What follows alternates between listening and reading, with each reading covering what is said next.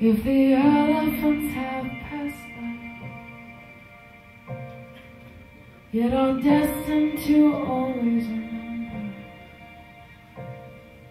it's no wonder how they scream.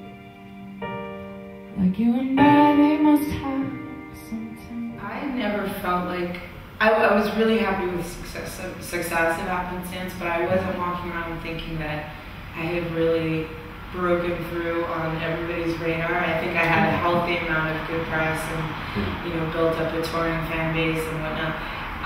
But it was never in my head that, how can I follow this? So I wasn't worried about that. I was really more concerned with the songs that I was writing for this record were so much darker and left of center that it crossed my mind that I was like, they might think I'm crazy. It's definitely a big leap for me from the first record, in whatever direction, whether it's better or worse or darker or what, but it's different. It's definitely different.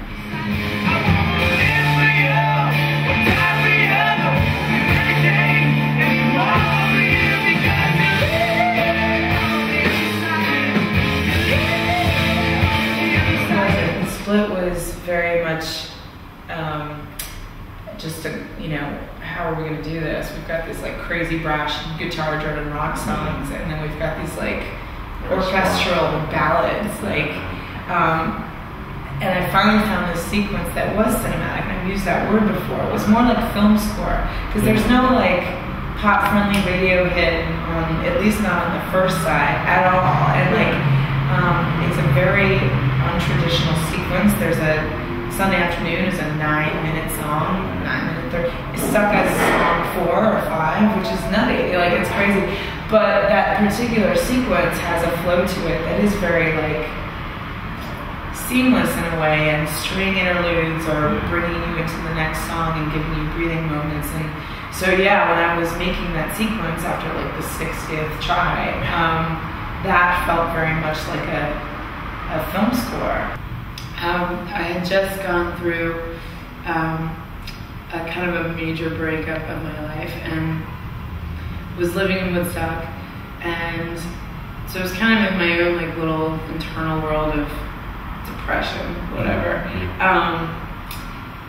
And I just went for a run down this mountain, and it was like spring, and the colors are really rich, and there's amazing like animals wandering around, like deer, foxes.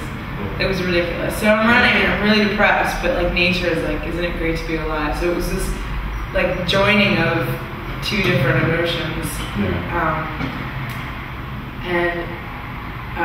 This person had sent me a card and referenced elephants about how they have this memory that, you know, never fails and whatnot, and made these analogies, and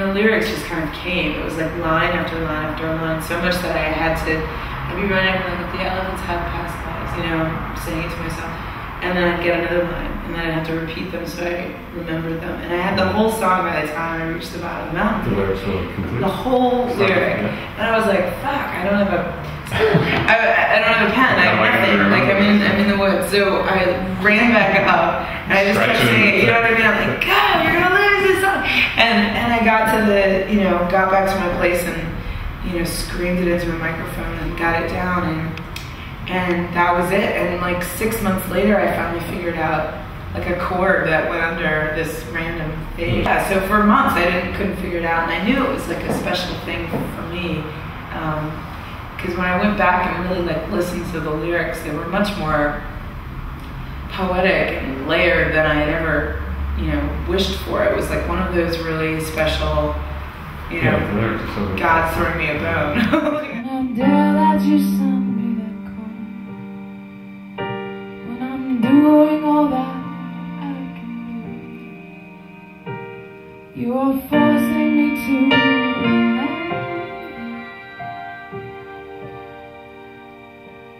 And all I want is to just forget. Yeah, I was devastated. I was like, it happened all just as we finished making the record, like literally weeks into finishing it. Really, it was a really hard record to make. It was not an easy recording process. So I already felt very challenged by that whole process. Yeah. So I got over that, we got through it, and I came out with this thing where I was like, okay, we did it, here it is, and it was worth it.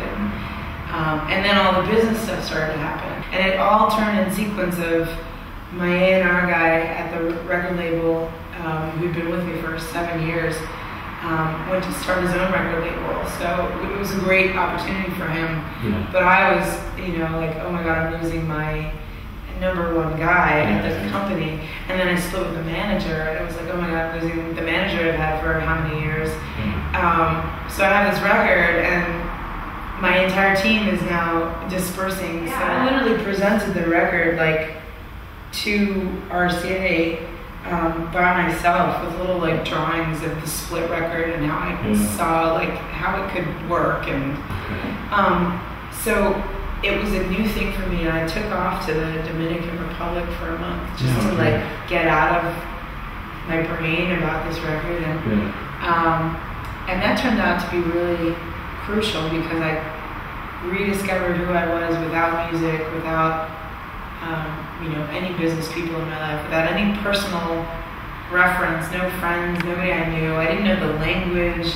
And then I came back and went straight back into this business world of what's happening with this record. And that's when I split with my record label, so that was another thing. But I felt like I renewed my energy in order to face all of that with this trip. So but that was 2 years. So did I lose faith? Yeah, every couple of weeks.